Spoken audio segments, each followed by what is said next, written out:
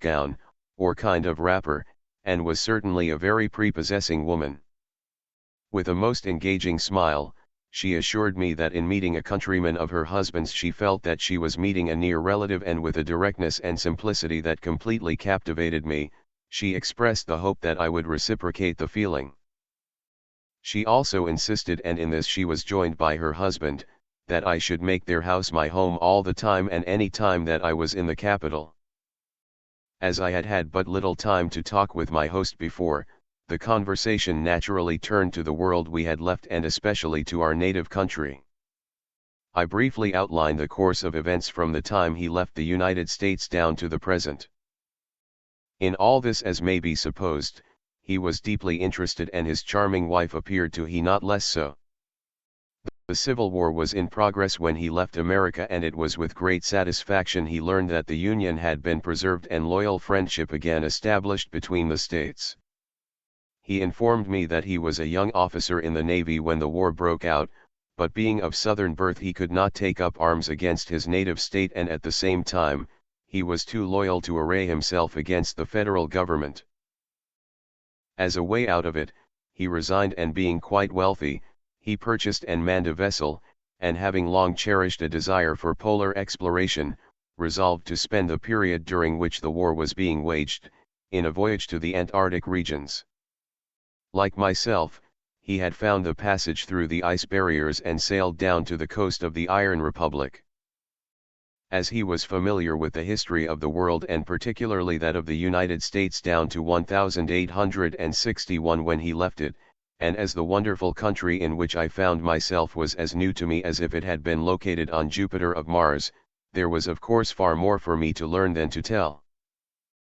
But as I knew how great his interest must be in the world he had left more than 30 years before and had never heard from since, I forbore asking any questions concerning his adopted country until I had imparted to him as thorough a knowledge as possible of what had taken place in the Old World since he left it.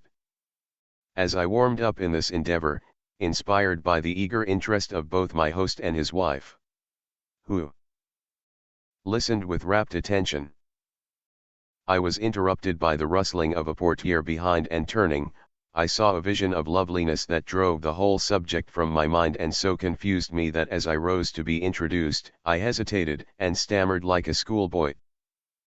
There, framed by the arched doorway, with one hand raised to push aside the portiere, was a picture to rattle the most stolid and indifferent son of Adam. You see how naturally I fall back into the American vernacular. Tall, fair, with a wealth of golden brown hair coiled like a turban on the crown of a magnificently poised head.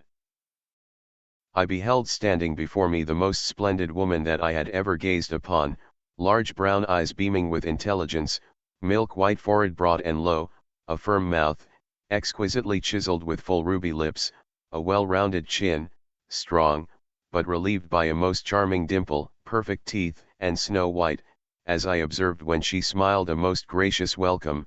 Such was Helen Morris, the daughter of the house, as she appeared to me the first time. I had always been proud of America's beautiful women, of whom I had known many, but never before had I looked upon a woman that so impressed, or I should rather say, overwhelmed me. She was richly attired in the evening dress of that country which heightened the charm of her queenly face and figure.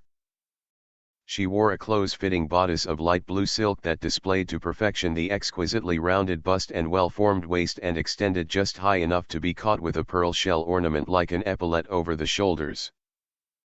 Above this was set a rich lace collar or yoke, of a delicate peach-blow tint, which served to emphasize the whiteness of the alabaster throat. Close-fitting sleeves of the same stuff revealed, rather than hid, the beautifully molded arms, ending with large ruffles at the wrists. Around the waist was belted a skirt of seal brown velvet extending halfway to the knees, and under this was worn a close-fitting knitted garment of dove-colored silk that terminated in seal-colored buskins fastened with light blue pearl buttons around the shapely ankle. She looked like a beautiful prima donna before the footlights in full stage costume. Every perfection of form and feature was displayed to the greatest possible advantage, and as she advanced with natural and unstudied grace, I could not but remark how much more beautiful God's most exquisite creation appeared in this garb than in the starched and stilted skirts as I had been accustomed to seeing them all my life. She also greeted me cordially, and though too polite to appear to notice it, with a sweeping glance she took in my costume, and I imagined that I could detect a smile lurking in the corners of her mouth. To a person who had never before seen a man attired in baggy-legged trousers that dragged the floor and high-glazed collar that cut the chin, I, no doubt, presented quite a ludicrous appearance. As I contrasted myself with her father, gracefully dressed in the old English fashion of knee breeches and ruffles, I could not but perceive that it was to my disadvantage. After the exchange of a few pleasant civilities, in which I was as much charmed with the music of her voice as I had been with the beauty of her person, she announced that the evening meal was waiting, and taking her father's arm led the way to the dining room, leaving me to escort Mrs. Morris, or rather to be escorted by her. The dining room, or kitchen, for it was all in one, was a cozy room with polished stone floor, and at one end was what appeared to be a low enameled sideboard, though I found when the meal was served that it was an electric furnace from which the different dishes were taken and set upon the marble-top table. Everything was served from the dish in which it was cooked, and I learned for the first time that culinary operations could be carried on without soot or smoke. The cooking vessels were set upon paper mats, and under each plate was spread a snow-white paper napkin, while another, neatly folded, lay beside it. At the risk of being tiresome, I am going thus minutely into these details, my object being to give as clearly as possible an insight into the way these people live. It is with the hope, too, that overworked American women, whose lives are one long martyrdom to the washtub, the dishpan, and the ironing table, may profit by the simpler and cleanlier customs of a more advanced people. Knowing what American customs were, my host remarked to me that there was enough necessary labor in the Iron Republic to keep everybody employed, and so no unnecessary labor was indulged in. No tablecloths or napkins were laundried, the paper ones used being fully as good and so cheap that the cost was a mere nothing. Even these, after being used, were packed in a hamper and exchanged for new ones at half the original cost. They were chemically cleansed and went into pulp again at the factory, and so were used over and over. The professor and his wife sat opposite to each other at the table, which placed me vis-a-vis to the charming daughter. I had been accustomed to social functions of every description, and no Beau Brummel was ever more at home at a fashionable dinner party than I. But with this beautiful woman directly in front of me, her radiant face only a few feet from mine, and our knees almost touching under the table, I was as awkward as a country bumpkin at a Lord Mayor's banquet. They were all kind enough, I think, to attribute this to the strangeness of my surroundings, and in most gracious ways strove to relieve me of my embarrassment and make me feel at home. During the meal hour, which was a most delightful one, we talked about American customs, and then the conversation turned upon American art and literature, in comparison with that of the Iron Republic. In the discussion, which followed, I was pitted against the ladies. My host remarking that, as he was a citizen of both countries, he should be equally proud of the achievements of each.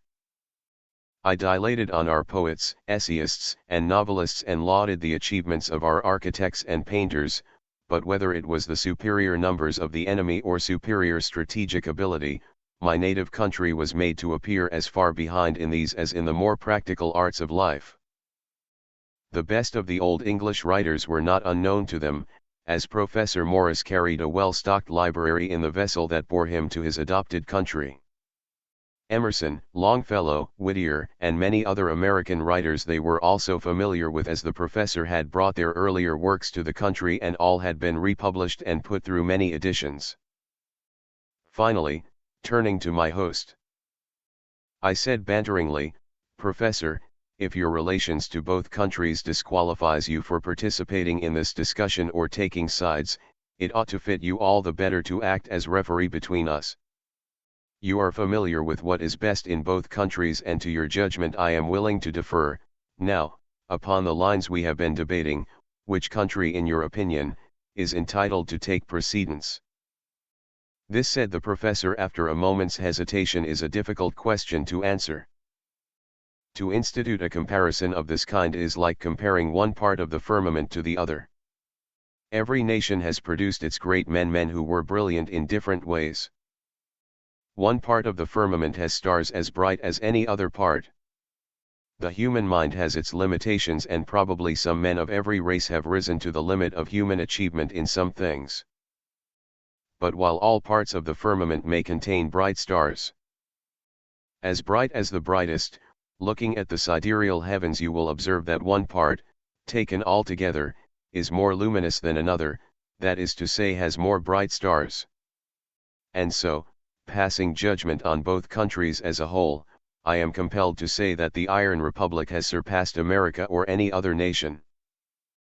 America has produced one Longfellow, the Iron Republic many. An essayist like Emerson towers above you like a monarch of the forest. Here, they are as the leaves in Vallambrosa's shade. You had one Beecher, here, his name is Legion. And so in every field where the human mind has blazed a shining way. I will not say that in America the highway of genius is less exalted, but it is less traveled. But why should that be so, I asked, unwilling to yield the point, when both nations came from the same parent stock and developed under practically the same climatic conditions. My dear sir, replied the professor with a smile, that question is easily answered. Admitting the intellectual equality of the two nations, there is every reason why this should excel in every field of human effort except that of bold and cunning acquisitions. The construction of your government, and indeed of all the governments of the old world, is such as to encourage the prostitution of great talents to selfish personal aggrandizement. The genius which has made your thousands of great politicians and financiers, would have made the same men great, or many of them, with a more unselfish and enduring greatness in this country. Here, Henry Clay or Daniel Webster would never have devoted an hour of time or an iota of talent to the trade of politics, for neither, by taking thought, could have added a cubit to his political stature. The genius that has built up million-dollar fortunes in your country, here, would have lain dormant or been more unselfishly applied. What I mean to say is that in this country great talents can only find expression in the fields of art, literature, philosophy, and science, while in your country they may be applied to stock jobbing, financial exploitation, and the trade of politics. All these fields invite talents of the highest order and yield returns more gratifying to our selfish instincts. Do I understand that talent counts for nothing here in the race for wealth or political preferment? I asked with astonishment.